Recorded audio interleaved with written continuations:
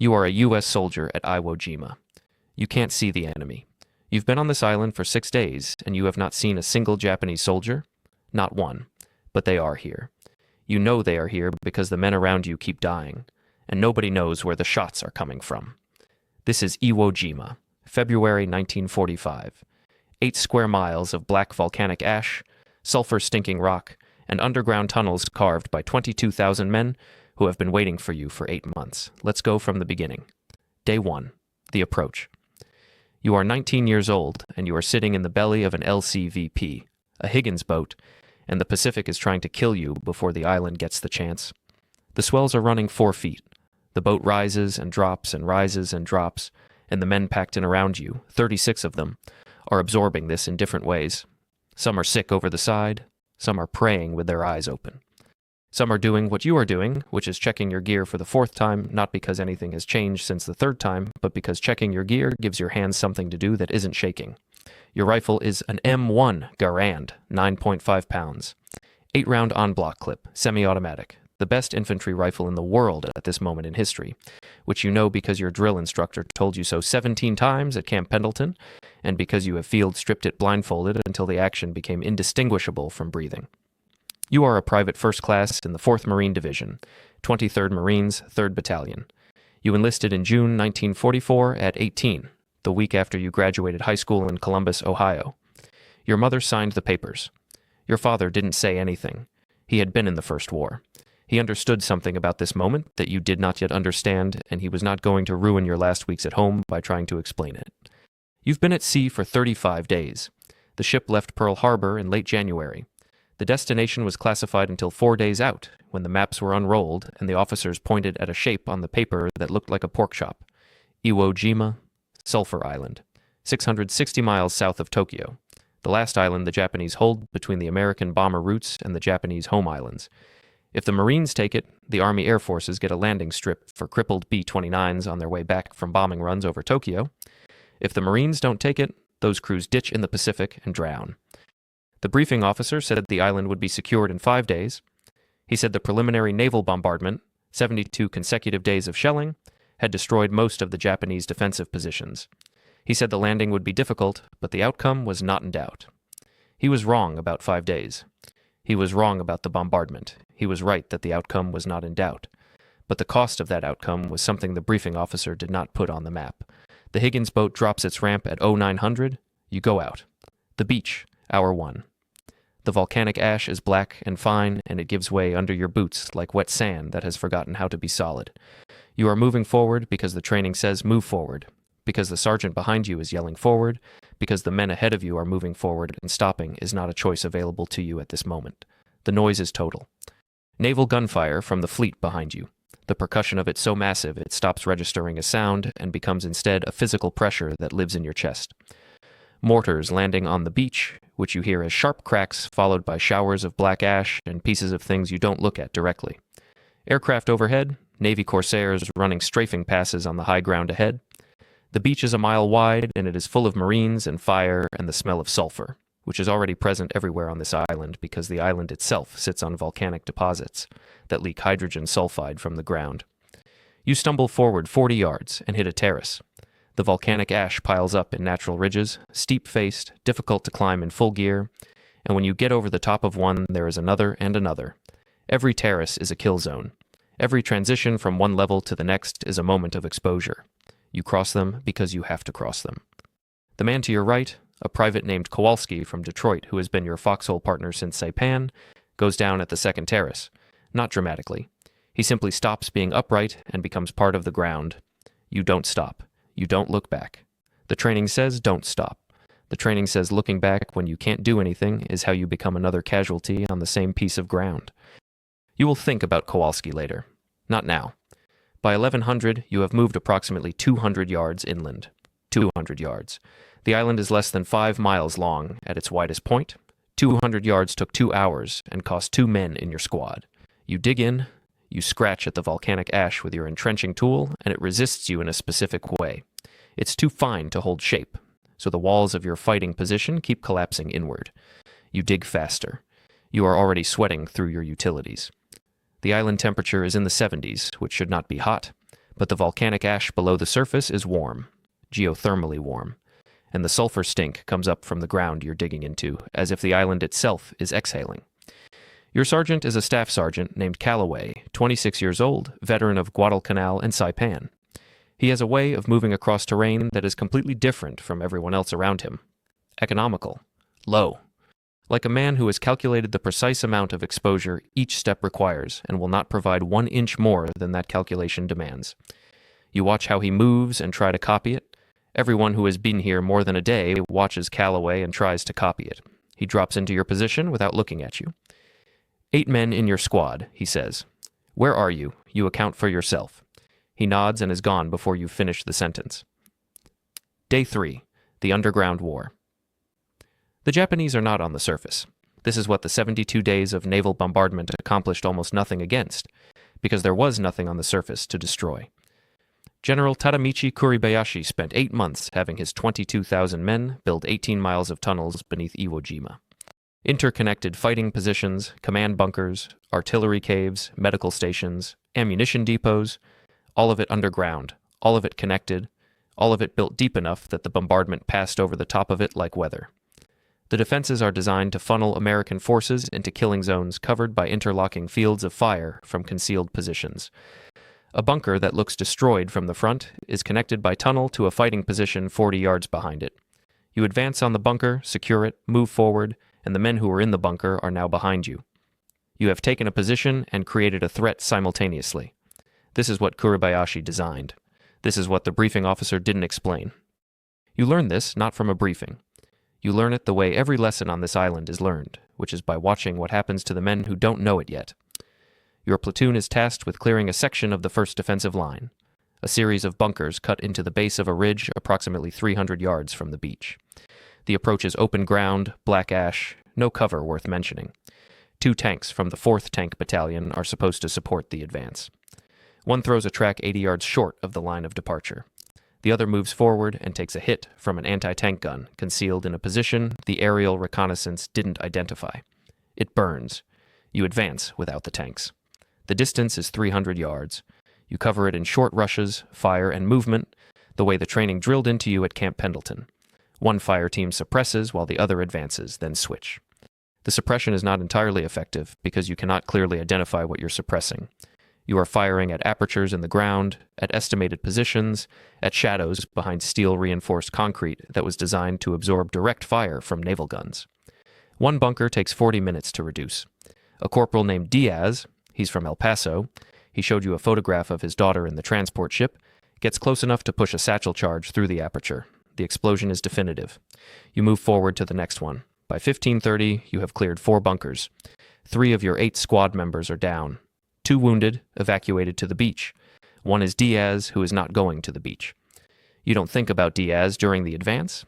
You will think about him tonight in the fighting hole, not continuously, in the way that certain information presents itself when the action stops and your mind returns to inventory.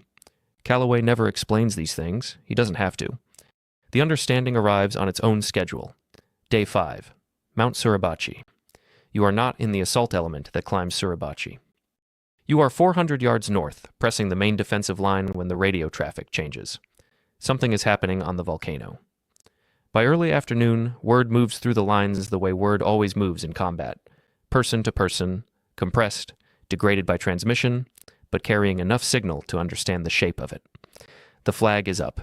It goes up at 10:20 on February 23rd, raised by a patrol from the 28th Marines. A small flag, barely visible at distance. 2 hours later, a larger flag is brought up, and the image that AP photographer Joe Rosenthal captures of 6 men raising it against the gray Iwo Jima sky will become the most reproduced photograph in American history. You will not see that photograph for months. On this day, you see, at maximum distance, a rectangle of color at the summit of the volcano. The men around you respond in a way you haven't heard before on this island. Shouting, from the beach, ship horns. A noise that comes from thousands of men simultaneously and has no military purpose. It is simply human beings expressing something language is insufficient to contain. Relief, pride, something that doesn't have a precise name. Calloway doesn't shout. He watches the summit for approximately 4 seconds. Then he turns back to the north. The mountain's taken, he says. That direction isn't. You turn north. Suribachi is the southernmost point of the island. The mountain is taken, which means the fight has not gotten easier. It has simply gotten longer. The main Japanese defensive network, the killing ground Kuribayashi spent 8 months building, lies to the north. The worst of it is still ahead. Day 8, the meat grinder. There are 3 terrain features in the northern part of Iwo Jima that the Marines named during the battle. Hill 382, the highest point on the northern plateau. Turkey Knob, a fortified observation post overlooking the entire central sector. The amphitheater, a natural rock bowl that functions as an artillery kill zone. Together, the Americans call them the meat grinder. You arrive at the edge of the meat grinder on day 8. The landscape here is different from the beach. The volcanic rock is exposed, jagged, broken, honeycombed with caves and fissures that the Japanese have converted into fighting positions. There is almost no flat ground. Every step is up or down, over rock or through the gaps between rock formations. The terrain itself is the defense. You cannot drive tanks through it effectively. You cannot advance in formation. You move in small groups through the available corridors, which are the corridors the Japanese have pre-registered their mortars on. Your platoon lieutenant is a second lieutenant named Hargrove. He's 22, commissioned 7 months ago, replacement officer. He is not reckless. He is not stupid. He is simply operating with less information and less experience than the situation requires, which is not his fault and which he knows, which is why he defers to Calloway in everything that matters while maintaining the authority the rank requires. This arrangement works because Calloway lets it work. There are sergeants who would make that arrangement impossible. Calloway has been doing this long enough that his only interest is the outcome. The credit is something other people can have. Day 8. The objective is Turkey Knob. Your battalion has been attacking it for 2 days. 2 days of advances measured in yards. 2 days of casualties measured in men who were here at breakfast and weren't here by lunch. The concrete fortification at Turkey Knob is 3 feet thick. Direct fire from Sherman tanks removes sections of it. When the sections are removed, the Japanese have pre-built secondary positions inside the primary structure. When the secondary positions are suppressed, there are firing apertures in the floor that cover the interior of the bunker. When you finally get inside the bunker, the tunnel system connects it to positions you haven't located yet, and you are receiving fire from a direction that shouldn't be possible given what you thought you knew about the structure. This is fighting a building that thinks. You throw grenades into apertures. You use flamethrowers, which the Marine Corps has deployed extensively on Iwo Jima, because they are the only weapon that is reliably effective against concealed positions in rock. The flame follows the airflow through the tunnels, reaches places you cannot reach with a rifle or a charge. The flamethrower teams are the most dangerous men on the island to be. Every Japanese soldier knows what the flamethrower does, and every Japanese soldier in range prioritizes the flamethrower operator. The life expectancy of a flamethrower operator on Iwo Jima is a number you don't think about directly. A private in your platoon named Garcia carries the flamethrower for 2 days after the original operator is hit. He volunteers for it. Nobody orders him. He picks it up, checks the pressure, and moves forward. You understand? Watching him do this. Something about the nature of courage that the word itself does not quite capture. It isn't the absence of fear. Garcia is afraid. You can see it. It is the decision to move forward in spite of the fear, made in full knowledge of the risk and made anyway, because the alternative is that the position doesn't fall and the men behind him don't move and the battle stays where it is. Turkey Knob falls on day 10, day 12, the night. The Japanese don't only fight in the day. Kuribayashi has ordered, and this is documented in captured orders and post-war interrogations, that his men conduct aggressive infiltration operations at night. Small groups, sometimes individuals, moving through the American lines in the darkness to attack command posts, aid stations, supply dumps. The purpose is not to win the battle at night. The purpose is to ensure that the Americans cannot sleep, cannot rest, cannot recover between the day's fighting and the next morning's assault. A man who has been awake for 36 hours is less effective than a man who has slept. The mathematics of exhaustion are as much a weapon as the artillery. Your fighting hole is 4 feet deep and 3 feet wide. The volcanic ash has been reinforced with sandbags and an ammunition box. You share it with a private named Littleton from Georgia, who has been on the island since day 1 and who has developed a habit of absolute stillness during the night that you initially mistook for sleep. He isn't sleeping, he's listening. At 02:30 on day 12, Littleton puts his hand on your arm. Nothing else, just the hand. You stop moving. You stop breathing at full depth. The darkness is total, no moon, overcast. You hear nothing. Then you hear something that isn't nothing. A shift in the ash. the specific sound of weight transferring over loose volcanic material. It's approximately 8 feet to the left of your position. What you do next happens without the involvement of thought in any conscious sense. You have been drilled in this evolution. The detection of infiltrators, the response protocol, the need to not fire blindly in a way that illuminates your position and draws fire from positions you haven't identified. You do what the training says. You do it correctly, the threat is neutralized. In the morning, Calloway walks the line and looks at what happened without commenting. He moves on. This is the highest form of evaluation available in this context. You eat your sea rations in the fighting hole at dawn, canned hash, hard crackers, a small tin of fruit. You have lost 8 pounds since the landing. Your utilities are stiff with dried sweat and ash. The sulfur smell has stopped being something you notice and has become instead simply the smell of the world, which is how long-term environmental conditions work on human perception. You think about Columbus, Ohio for approximately 30 seconds, not with longing exactly, more as a reference point. A confirmation that the world you are in is not the only world that exists. Then you pick up your rifle and you move north. Day 17. What valor looks like. 27 Medals of Honor were awarded for actions on Iwo Jima. This is the highest concentration of the nation's highest military honor in any single battle in American history. The statistic does not convey what it means. What it means is that in 36 days on 8 square miles of volcanic rock, 27 separate moments occurred in which an individual human being looked at a situation of such extremity that the only resolution available required the deliberate acceptance of near certain death. And they accepted it anyway. Some of them lived, most of them didn't. A Navy corpsman named Williams advances alone on a machine gun position that is pinning down his platoon, attacks it with grenades and his pistol, is wounded, continues, attacks a second position, is wounded again, continues. He survives. He receives the Medal of Honor in the East Room of the White House from President Truman. There are 26 more stories like this, each one specific, each one belonging to a particular man at a particular moment on a particular piece of ground, a decision made in the space of a second that the rest of the world will spend years trying to understand. You witness none of these specific moments. You witness the ordinary version of the same thing, the version that doesn't get documented because documentation requires someone not in the middle of it to observe and record. You witness Garcia with the flamethrower. You witness Littleton's hand on your arm in the dark. You witness Calloway moving through the line at dawn, checking each position, saying almost nothing. His presence itself the communication that the line is holding and will continue to hold.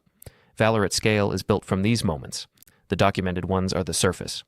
Below the surface, from the beach to the northern tip of the island, over 36 days, there are thousands of them. Day 26. What remains? The official battle for Iwo Jima lasts 36 days. Organized resistance ends on March 26, 1945, though isolated Japanese soldiers continue fighting, some of them for years, in the tunnel system, in the caves of the northern plateau. The last 2 known holdouts surrender in 1949. The numbers are recorded in history books with the flat precision that numbers allow. 6,821 Americans killed, 19,217 wounded. Of the 22,000 Japanese defenders, 18,844 are killed. 216 are captured. The rest are unaccounted for, absorbed into the island, into the tunnel system, into the volcanic rock that the bombardment couldn't penetrate, and the Marines had to take yard by yard and hand by hand. The airfields are operational within weeks. In the following months, 2,400 B-29 superfortresses make emergency landings on Iwo Jima that they would not otherwise have survived. Each bomber carries 11 men. The arithmetic is one way to understand why Iwo Jima was necessary. It doesn't make it easier to be in the numbers on the left side of the equation. Nothing does. You are in the numbers on the left side. You are alive. You are 19 years old, and you have been on this island for 26 days, and you weigh 143 pounds, and the sulfur smell has been with you for so long that when you imagine home, you imagine it smelling like this, which means you have stopped being able to remember what home actually smells like. Calloway is alive. Littleton is alive. Hargrove, the lieutenant, took a fragment in the left shoulder on day 19 and came back to the line on day 22 because that is the kind of officer he turned out to be when the situation revealed him. Kowalski is not alive. Diaz is not alive. 5 other men from your squad are not alive. You know their names with a specificity that will never leave you. Not their service numbers, not their hometowns, all of which you know. Their names. the way their names sounded when Calloway called them in the formation. The particular weight each name had in that specific mouth on that specific ground. What comes after? You leave Iwo Jima on a transport ship in late March 1945. The Pacific is the same as it was when you arrived. Gray swells, the smell of salt replacing the smell of sulfur gradually, mile by mile, until one morning you inhale and the sulfur is gone, and you stand at the rail and understand that you have crossed some threshold. You are no longer there. You are somewhere between there and wherever comes next. Okinawa comes next. That's where the 4th Marine Division is going. That's where the war is going. The Japanese home islands are 400 miles from Okinawa. The strategic logic has the same shape as Iwo Jima. Secure the island, advance the line, bring the air assets closer. You don't know yet that the war will end in August, that 2 atomic bombs dropped on Hiroshima and Nagasaki will produce a Japanese surrender on September 2nd, 1945, on the deck of the USS Missouri in Tokyo Bay, and that the invasion of the Japanese home islands, Operation Downfall, projected to require 1 million American casualties, will never happen. You don't know any of that yet. What you know is that the transport ship is moving, and the island is behind you, and the men around you, the ones who are left, are processing their 26 days in whatever way each person processes these things. Some sleep for days, some eat constantly, some talk without stopping. Some, like Calloway, sit quietly in the same attitude of watchful stillness that he carries everywhere, as if the island is still present inside him and probably always will be. You write a letter home. You have been writing letters home since Saipan, careful letters that contain the locations they're allowed to contain and the sentiments that feel safe to transmit across the distance and none of the information that belongs to a category your mother cannot do anything with. You tell her the island has been secured. You tell her you are well. You tell her you are on your way to the next assignment. You do not tell her about Kowalski or Diaz. You do not tell her about the night with Littleton and the hand on your arm. You do not tell her that the sulfur smell has been your world for 26 days and that you are only now beginning to remember what the world smelled like before. Some things don't cross the distance, not because they can't be written, but because they can't be received.